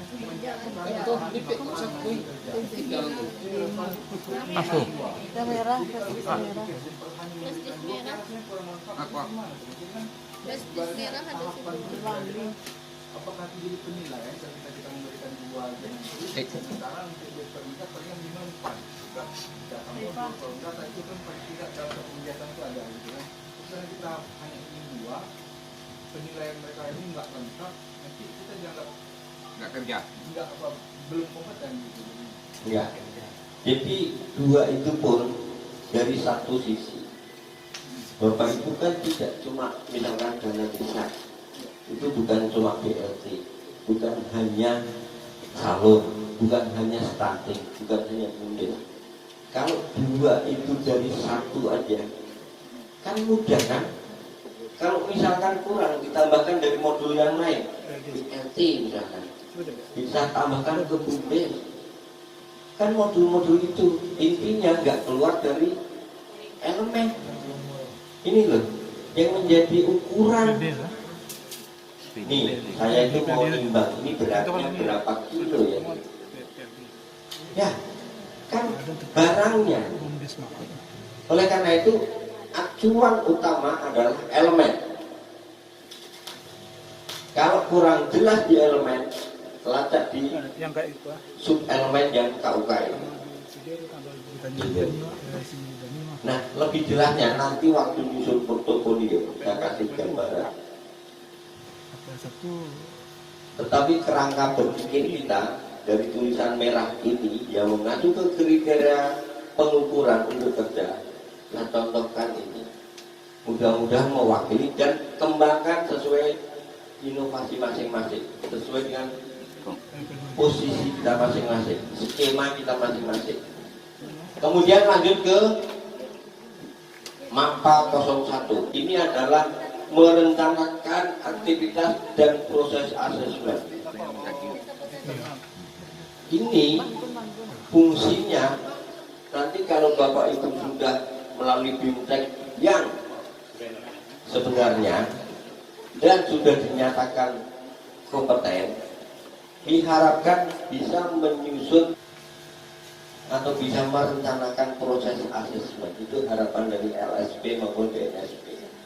Gitu. Oleh karena itu form-form ini judul, nomor dan sebagainya itu sama. Nah, di bagian 1 menentukan pendekatannya. Tentang ini adalah proses yang saya lalui waktu BIMTEK. Ya, nanti itu belum ada centang-centang. Ini kembali lagi ke contekan. Saya telah buatkan contekan ke teman-teman ini sebagai panduan nanti untuk menghadapi BIMTEK yang sebenarnya. Nah, yang perlu saya tegaskan sebenarnya di sini, di bagian 2-nya. Ini agak krusial juga di bagian 2 ini. Di situ di bagian 2 adalah mempersiapkan rencana asesmen dengan unit kompetensi dan kode unit. Sebenarnya hampir sama kayak tadi, cuma kita harus memahami kolom ini. Kolom 1, 2, 3, 4. Di kolom 1 adalah KUK-nya. KUK ini akan mengisi dari sub elemen judul. Misalkan ini judulnya adalah melakukan fasilitasi pendataan desa. Elemen satunya adalah melakukan identifikasi kebutuhan. Sub elemen ini akan masuk di bawahnya. Entah dia dari elemen ini punya sub elemen 2, 3, 4, bahkan 1. Itu akan masuk di situ. Nah, yang ingin kami tegaskan di sini, kolom 2 adalah bukti-bukti. Yang dimaksud bukti-bukti di situ adalah kinerja, produk, portofolio, dan atau hafalan.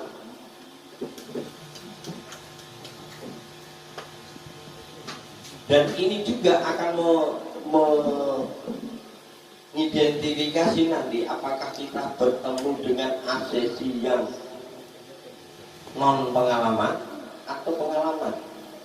Kalau berpengalaman nanti dipastikan produknya itu portofolio, barangnya portofolio.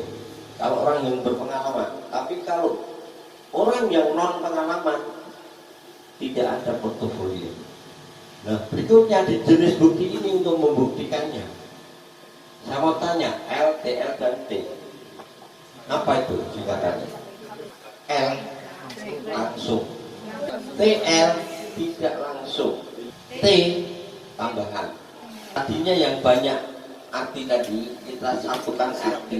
Siap loh. L adalah langsung, TL tidak langsung, T tambahan.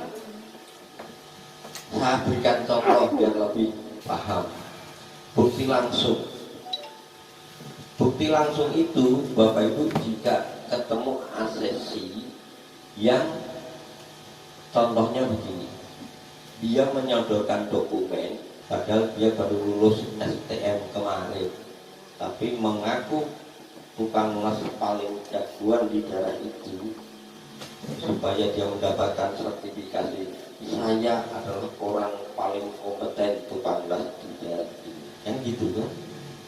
Nah itu harus dibuktikan oleh asesor. Nggak bisa kita juga nggak boleh. Pokoknya asesor tugasnya membuktikan dia kompeten.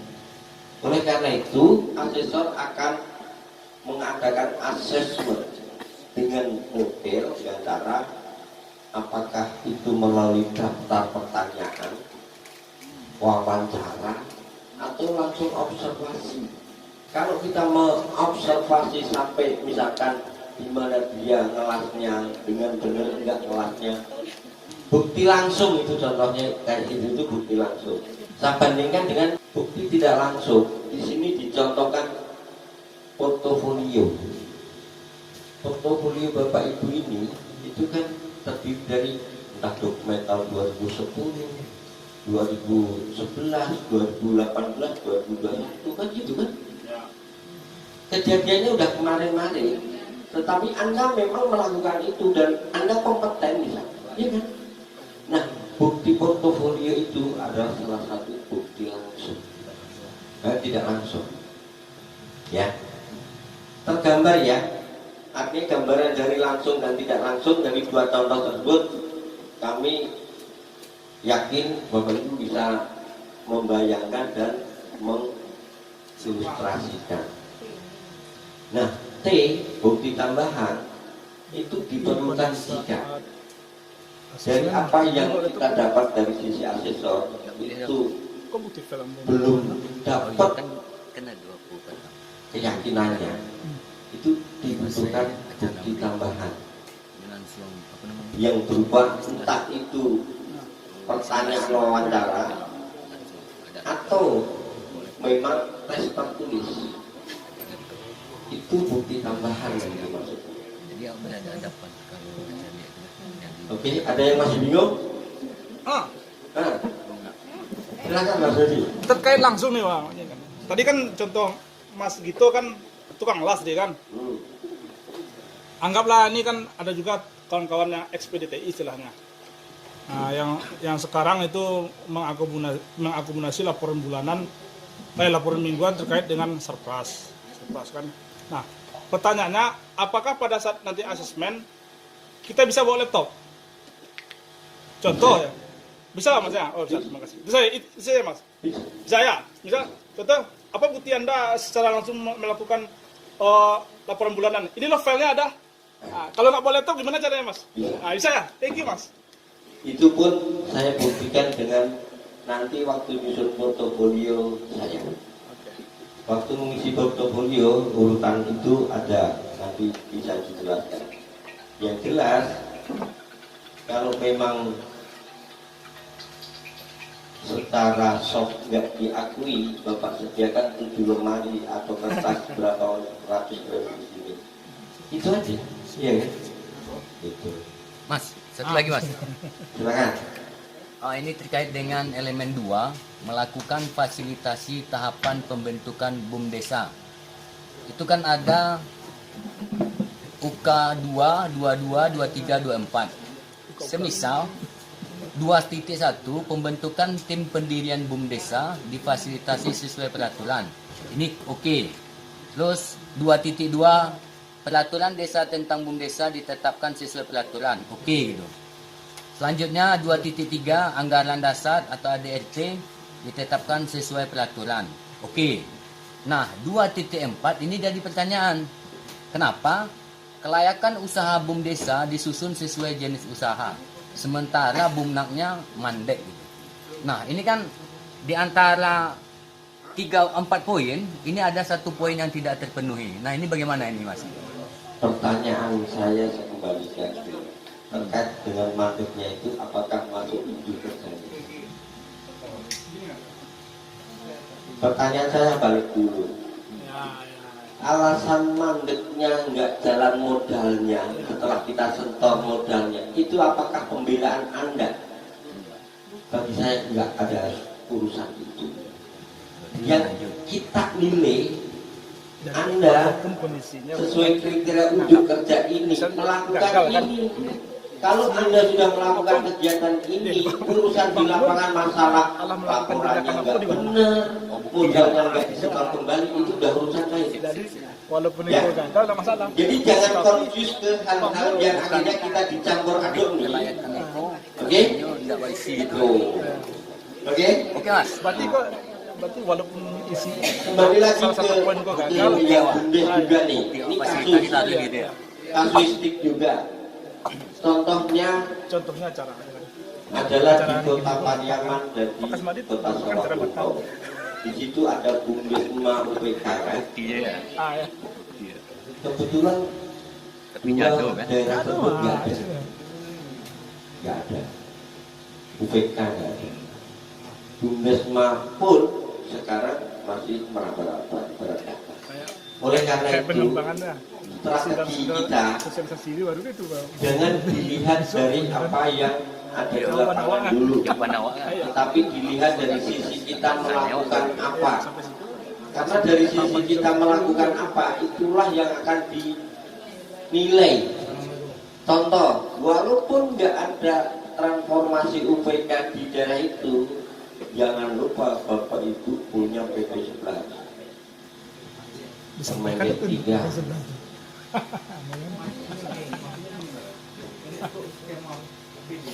Jadi di sini ada di yang buka Aku sebelah tadi. pertama Oke. adalah memfasilitasi pengembangan Walaupun ada belum beres itu. Berapa bentuk beres ada bentuk beres kan. yang dibuka sebenarnya Tidak ada bentuk sebenarnya. melakukan fasilitasi pengembangan Tahapan salah satu tahapan pembentukan beras itu kan sesuai dengan PP itu ada kan. memfasilitasi Semua itu ya. Ada. Jadi walaupun gagal, usaha yang bang melakukan ada enggak itu. kalau kita lihat di sini pengembangan BUMDes itu sudah berjalan sementara pengembangan badan usaha desa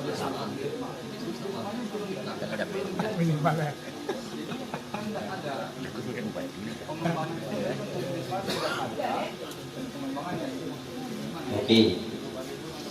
Inilah yang sebenarnya akan saya jelaskan ya. Anda jangan terjebak oleh kondisi lapangan, tetapi Anda akan diukur oleh unjuk kerja diri Anda. Paham? Kalau nanti kesalahannya Pak Wali gara-gara bumdesnya mangkrak dan sebagainya, itu memangnya yang dinilai Pak Wali atau kamu? Ya. Oleh karena itu saya gambarkan tadi, Kota Sawalunto, Kota Pariaman tidak punya OPK, tetapi saya ngakuin Darmawan sebagai TA di sana kompeten.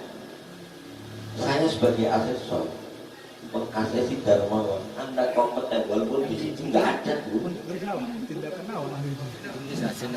Nggak dengarkan dulu. Ini gambarannya. Saya akan mengingatkan Darmawannya. Di pundak Darmawan itu Permendes 15, Permendes 3, PP 11 itu di pundaknya yang saya urut dan situ.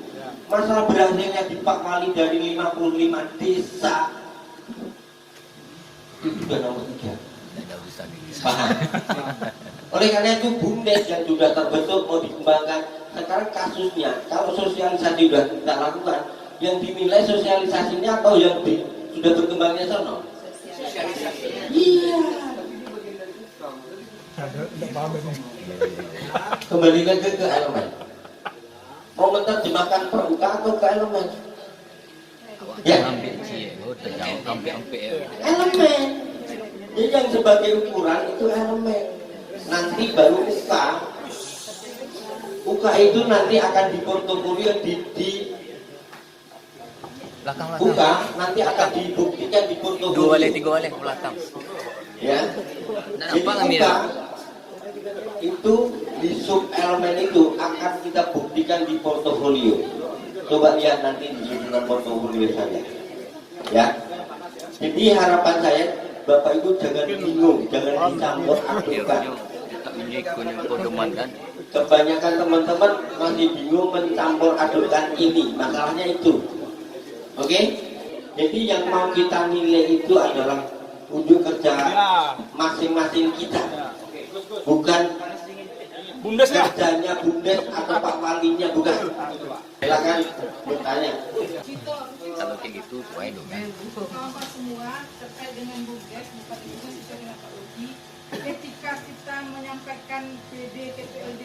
mengkoordinasikan tentang BUMDes, ada buktinya dengan portofolio, ada foto kita, ada bukti tertulisnya, itu sudah memastikan kita telah memfasilitasi walaupun BUMDesnya belum ada. Iya. Begitu juga dengan Kemendagri.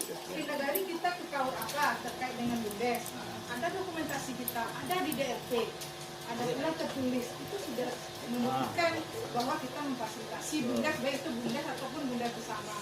Bukan ukuran gagal ya. Bukan Pengembangan usahanya belum dilakukan. Iya, belum ada karena masih dalam tahap pembentukan. Oke, tolong dibutuhkan semuanya. Kita akan terjebak teknis kalau Bapak Ibu mencermati dari Permendes 15 atau Permendes 15 kan, di situ prosedur dari daftar, dari mengembangkan, dari ini semuanya ada di situ. Kewajiban kita itu. Tetapi Bapak Ibu nanti dijebak dengan kondisi real di lapangan. Problemnya, kenapa itu nggak dikembangkan, kenapa ini modalnya nggak kembali, kenapa itu ketuanya jadi ponakan Pak Wali dan sebagainya. Bukan itu yang kita mau usul.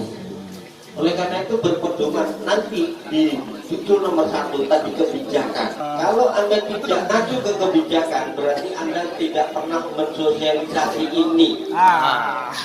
Ini akan jadi momok buat kita. Lu berarti kemana aja bro? Dasarnya dari situ. Tugas kita yang akan dinilai sebagai pendamping, sosialisasi, fasilitasi, advokasi.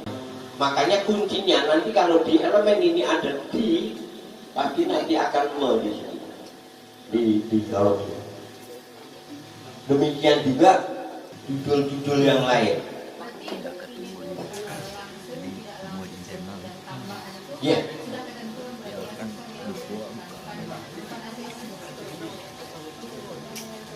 Bukti ini nanti kalau waktu bimteknya kita itu ditunjukkan suruh ngisi sendiri kita, suruh ngisi sendiri, asesi ya ngisi. Bahkan di tesnya dengan ini kamu harus bisa membuktikan apakah ini langsung atau tidak langsung atau tambahan. Bob ini yang akan isi adalah asesi. Dengan mengacu tadi, apakah itu asesi itu orang pengalaman atau non pengalaman. Nah, kebetulan skema kita ini karena portofolio dipastikan ini. Karena nanti ada yang non pengalaman itu ada observasi dan sebagainya nggak berlaku untuk teman-teman. Daripada nambah pusing, nanti saya jelaskan yang mampu untuk yang non pengalaman. Yang jelas nanti orang yang mau kita ini kan itu adalah orang yang berpengalaman karena TPP. Makanya nanti ada L, TL dan T, dan ini adalah kalau T adalah pasti PW, pertanyaan wawancara. PP adalah verifikasi portofolio. Nanti kalau orang yang non pengalaman ada DPT, daftar pertanyaan tertulis, ada checklist pertanyaan, ada observasi macam-macam. Kalau buktinya langsung, nanti kalau buktinya ini satu tuk, ini L, di situ nggak akan ada PP. Nanti ada DPT, ada DUP dan sebagainya. Gitu. Ada yang masih bingung? Oleh karena itu idealnya kita jangan terlalu ngamprak, tetapi kalau bisa memadai terkini itu lebih baik. Tidak akan merepotkan kita. Saya lanjutkan kalau sudah ya. Jadi, nah contoh-contoh ini nanti sesuai judulnya, tolong dieksplor, ya, sesuai dengan apa yang saya tuliskan merah tadi. Contoh-contoh itu. Jadi kalau nanti kebagian skema PLD 8 itu pasti 8-8-nya masuk KKI juga. Nah nanti kita akan buktikan di portofolio, gitu ya. Oke, kita lanjutkan ke halaman ini yang terakhir. Satu lagi Mas. Betul. Ini kan terkait bukti nih Mas. Kan ada langsung, ada tidak langsung, ada tambahan. Bobotnya gimana tuh Mas? Kembali lagi, ini bukan ilmu matematik. Ya, cocok itu. Ya, asesor punya ranah itu karena sudah diberikan mandat. Jadi ukurannya tidak misalkan 70 plus 10 plus 20 100%. Tidak ada kayak gitu ya? Hanya keyakinan nih. Saya yakin ini anak kompeten. Oke. Tapi kalau saya yakin ini belum kompeten, perlu saya tanya tambahan. Walaupun langsung bukti semua ya? Iya, buktinya sih bukti. Ya. Tapi aku nggak yakin. Oleh karena itu, daftar pertanyaan wawancara saya jebak-jebak dia nih untuk meyakinkan nih. Jebakan saya terjawab benar. Kompeten loh. Oke, saya lanjutkan. Di kolom akhir, di baris akhir di form ini adalah bagian 3 itu mengidentifikasi persyarat, modifikasi dan kontekstualisasi. Ini juga teman-teman nanti kayaknya tidak suruh ngisi. Ini ranahnya asesor. Nanti asesor akan mencoret ada, tidak dan sebagainya. Dan bagian berikutnya tentang ini adalah menandakan bahwa form tersebut telah dikonfirmasi oleh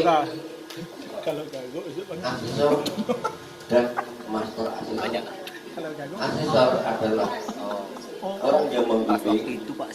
Nah, manajer asesor ini, master asesor tadi adalah manajer sertifikasi. Gitu.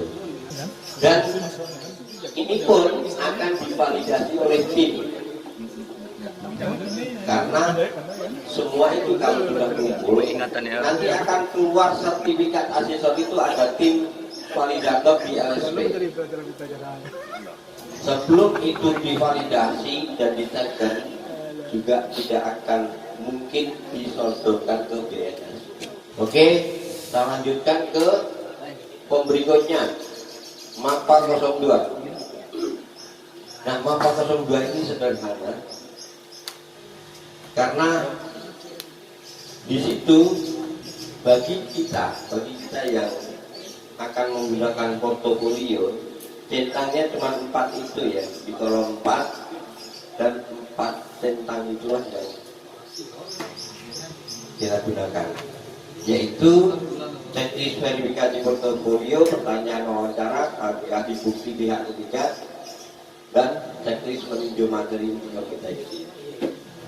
Nah, yang membedakan nanti juga kalau ketemu kasus non pengalaman, beda contrengnya itu beda. Dan tolong dipahami bahwa kolom 1, 2, 3 nomornya itu keterangannya itu. Jadi kolom 4 menyatakan pekerja berpengalaman di mana berasal dari industri tempat kerja yang operasional belum berbasis kompetensi. Lanjut ke FRAK 01.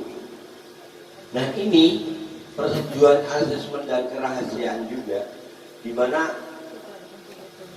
form ini sebenarnya terjadi deal antara asesi dan asesor bahwa dia akan memberikan kerahasiaan asesor juga dan tidak akan membongkar ke siapapun. Bahkan nanti form berikutnya, kalau nanti ada sesuatu hal yang tidak berkenan di antara dua pihak, akan bisa banding. Asesi itu bisa banding. Nah, form-form ini sebenarnya mulai form AK 01 sampai ke bawah itu banyak tusinya ke asesor.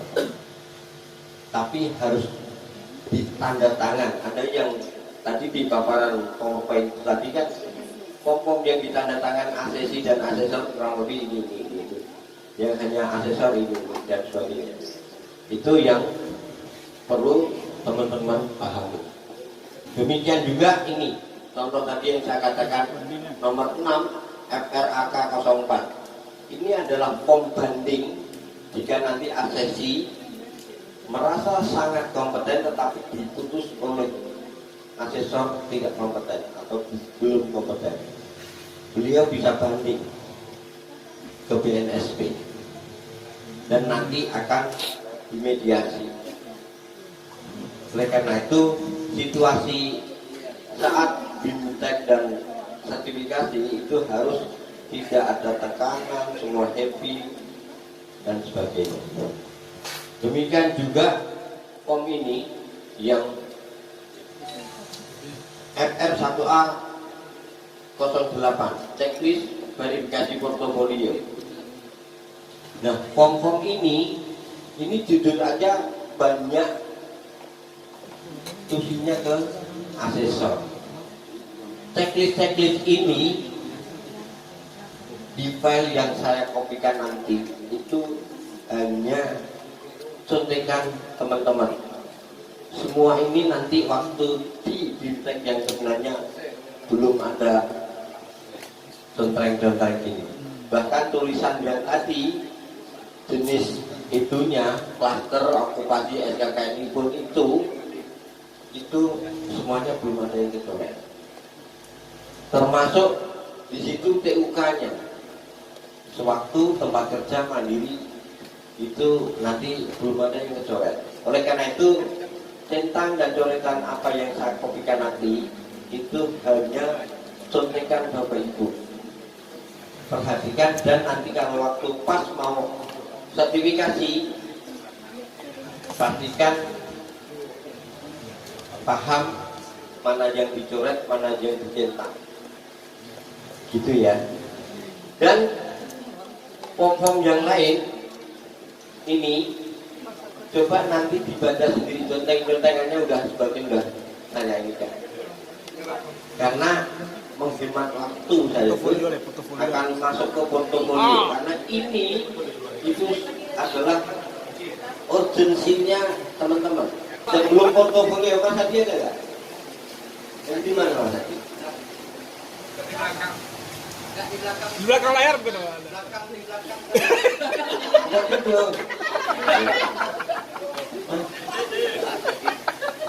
Mana? Nggak ada kok. Ada dah.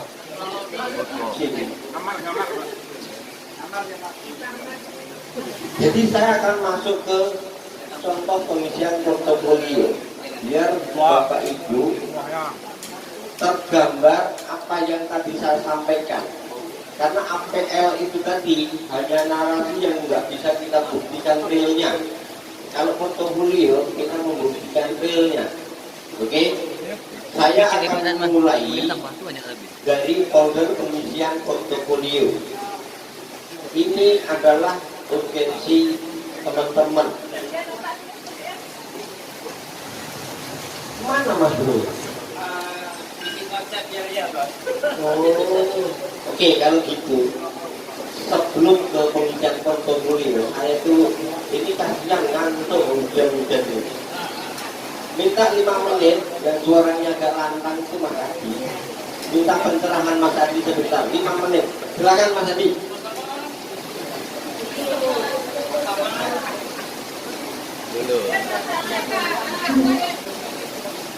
Assalamualaikum warahmatullahi wabarakatuh.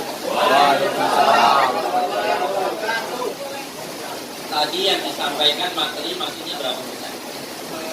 2, 3, 4, 5. Termasuk kan? Kita BIMTEK ini sebagai syarat. Aturan mainnya seperti itu. 4, ya kita tambah. Podcastnya seperti apa? Nanti siapa yang menceritakan apa? Ada Ibu Sriani ya. Nah, nanti gimana teknisnya? Karena podcast itu perlu. Satu lagi adalah medsos dan kita maunya seperti itu. Kawan-kawan, jadi saya akan lanjutkan kira-kira 5-15 menit. Ini penting soalnya tadi itu kita pending dalam rangka Mas Hadi. Oke, singkat saja. Jadi saya akan menyampaikan menyusun portofolio. Dari folder contoh portofolio ini susunan portofolionya harus disesuaikan dengan ini. Ya. Jadi mulai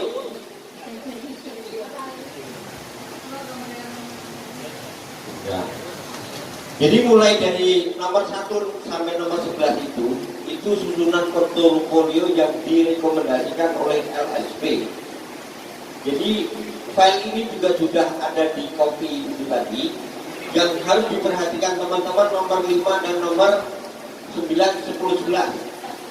Nomor 5 adalah bukti memiliki pengalaman bidang pembangunan dan kebudayaan masyarakat. Ya, itu bisa sertifikat BIMTEK ini, sertifikat dokter ini dan sebagainya lah. Jangan terlalu ngamprah banyak juga, tapi seperlunya. Karena file ini semuanya nanti akan jadikan satu dan diupload sesuai alamat yang di atas itu.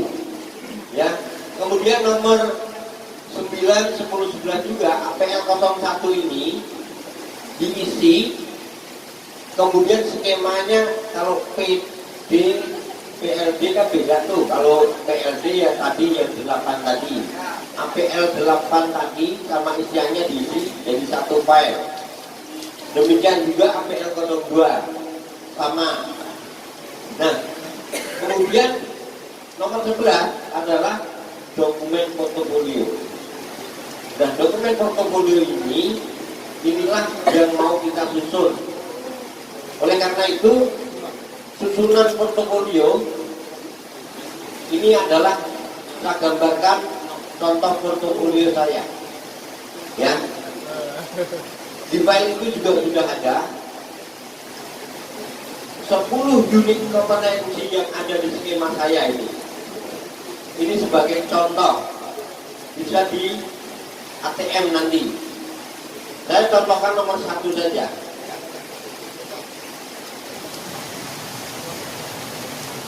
Jadi mulai dari cover saya yang unit kompetensi saya nomor 1 yaitu yang M74TPP 01.003.2 yang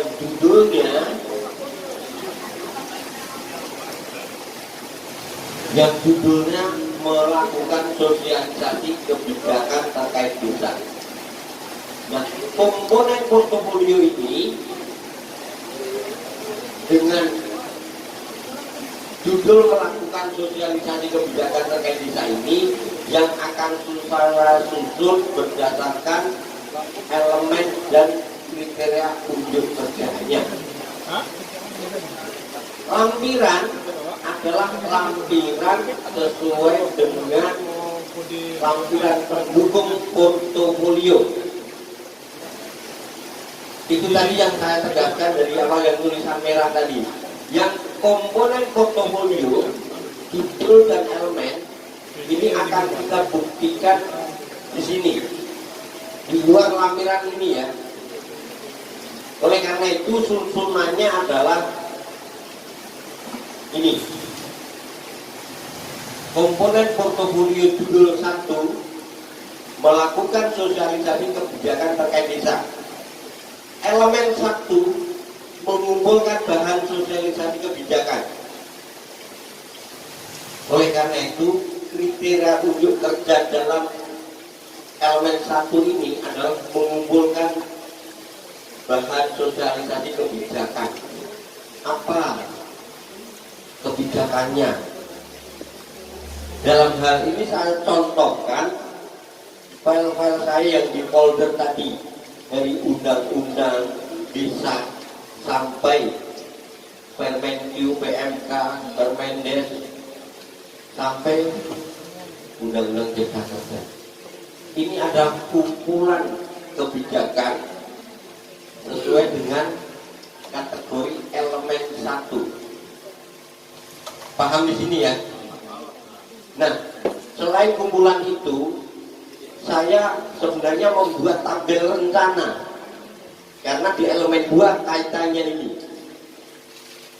Tabel rencana ini saya fungsikan nanti di elemen 2 sebenarnya, karena rencana ini rencana kerja saya terkait dengan instrumen kebijakan akan saya lakukan dengan sosialisasi, advokasi, fasilitasi monitoring dan evaluasi kinerja.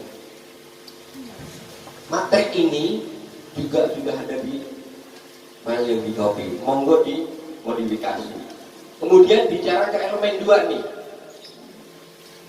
Setelah mengidentifikasi kebijakan, elemen 2 mengatakan menyusun rencana sosialisasi. Ukuran kinerja menyusun rencana, contoh yang saya sampaikan adalah ini, target sasaran saya siapa. Saya mencontohkan di sini adalah yang kuning, TAPM, KPW, OPD. Ini adalah target sasaran saya sesuai elemen 2, menyusun rencana sosialisasi kebijakan. Oleh karena itu kebijakan yang ada ini saya sasarkan ke kolom kuning itu. Centang itu artinya sudah saya lakukan. Kalau yang belum centang nanti belum, dan sebagainya. Nih, termasuk contoh yang sudah saya centang yang saya lakukan itu dengan KPW misalkan. Nanti dengan OPD dan sebagainya ada ikutkan, dilampirkan. Nah inilah katanya tadi yang 2 bukti minimal tadi yang di sini. Boleh dilampirkan di situ sesuai dengan kriteria unjuk kerja. Nah elemen ketiga, melaksanakan sosialisasi. Nah inilah real. Kita misalkan lagi paparan begini di depannya Pak Wali atau Pak Camat atau dengan dinas atau siapapun. Dari apa tadi judul kita kan kebijakan terkait desa. Nah, di sini saya contohkan ini adalah paparan-paparan saya terkait dengan entah undang-undang desa, entah prioritas kebijakan penggunaan dana desa dan sebagainya. Ini hanya comotan-comotan. Paparan saya misalkan ada 25 slide, saya gambarkan cuma 1 atau 2. Karena banyak sekali kalau nanti mau kita lampirkan semuanya. Ya. Nah, ini nanti terserah bagaimana apapun yang penting adalah relevan dengan elemen 3 itu. Atau melaksanakan sosialisasi kebijakan. Nanti kalau melaksanakan sosialisasi apapun itu, kaitkan temanya ke file-file atau output-output kita yang ada. Ini akan berbeda dengan satu dengan orang lain. Saya berbeda dengan Mbak Devi, saya berbeda dengan Pak Kampi, PD berbeda dengan PRD. Susunlah sesuai kebutuhan masing-masing, mengacu ke judul dan kriteria unjuk kerja kalau di portofolio. Nah, selanjutnya kita ikutin sampai elemennya habis. Kalau hanya cuma 3, ya sudah. 3 ini adalah elemen terakhir. Kemudian di belakangnya inilah lampiran, di mana ada SK, ada surat tugas, ada DRP, ada macam-macam, apapun yang bisa mendukung aktivitas Anda di judul unit kompetensi tersebut. Jelas ya? Oleh karena itu ini sekali lagi contoh di samping panduan-panduan yang sudah ada di sosial media maupun di YouTube.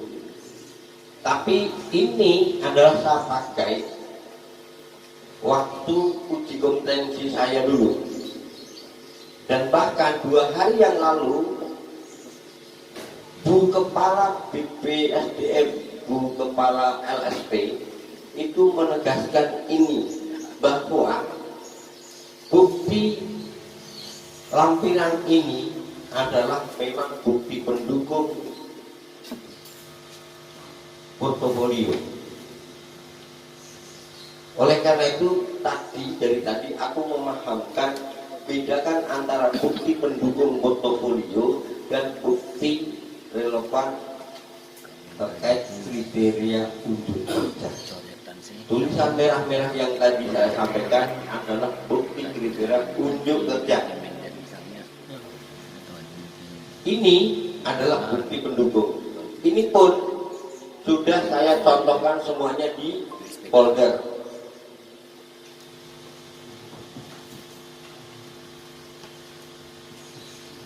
Di lampiran portofolio. Folder ini banyak sekali yang bisa dimanfaatkan, ditempel-tempelkan di sesuai judul dan sesuai dengan kriteria unjuk kerja. Oleh karena itu, dengan gambaran ini, saya berharap mulai besok teman-teman bisa menyusun portofolio masing-masing secara benar. Kira-kira itu penyusunan portofolio, karena filenya juga sudah kami bagi, bisa di ATM sesuai dengan kepentingan masing-masing. Oleh karena itu, saya berharap kita setelah mendapatkan pencerahan hari ini, satu pemahaman menyusun portofolio yang benar. Oleh karena itu, dalam rangka menghadapi uji kompetensi yang nanti oleh LSP, teman-teman saya harapkan sudah siap semuanya.